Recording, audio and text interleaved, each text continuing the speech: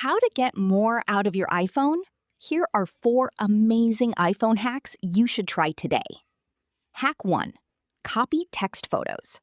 First, open the Photos app and select any photo that contains text. Press and hold on the text photo, then tap Copy. You can now paste that text photo into Notes, Messages, or any other app. This feature is called Live Text Image and works on supported iPhones. Hack 2. Use Back Tap as a shortcut. Open the Settings app. Tap Accessibility, then Touch. Scroll down and select Back Tap.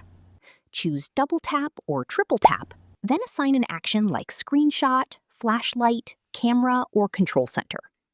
Now simply tap the back of your iPhone to perform the action instantly. Hack 3.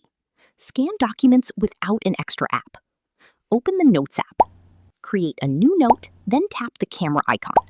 Select Scan Documents. Point your camera at the document and your iPhone will automatically scan it. Save it as a PDF directly in the Notes app. Hack 4. Quickly find photos. Open the Photos app. Tap the Search tab.